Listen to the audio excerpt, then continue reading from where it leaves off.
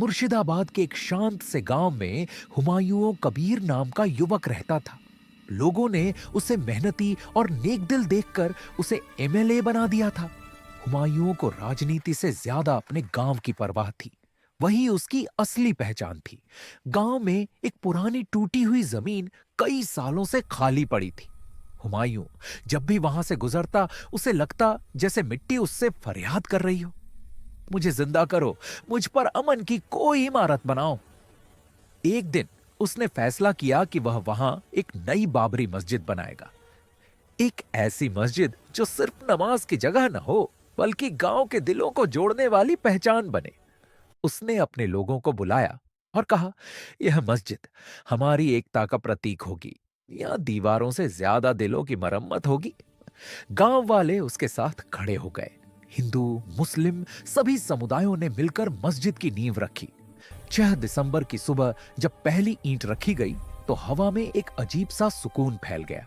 हुमायूं कबीर की आंखों में चमक थी। उसे लगा कि उसका सपना, उसका गांव और उसकी नियत सब मंजूर हो गया। लेकिन जैसे जैसे मस्जिद का निर्माण आगे बढ़ता गया, कुछ बड़े अफसरों को यह बात नागवार लगी। उन्होंने कहा कि एक एमएलए को खुद से इमारत बनाना ठीक नहीं।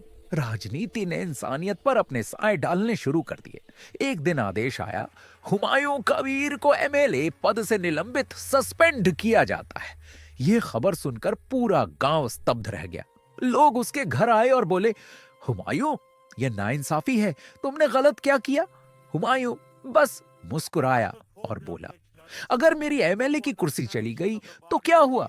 मस्जिद की नींव तो खड़ी है, और यह नींव मेरे पद से नहीं, मेरी नीयत से बनी है। उसका जवाब सुनकर बुजुर्गों की आंखें भर आईं। औरतें दुआ करने लगीं। युवाओं ने कहा, हम तुम्हारे साथ हैं, मस्जिद का निर्माण रुकेगा नहीं। और सचमुच निर्माण रुका नहीं। हुमायूं ने राजनीति छोड़ दी, लेकिन बाबरी मस्जिद का हर पत्थर उसकी मेहनत और कुर्बानी की कहानी कहता रहा।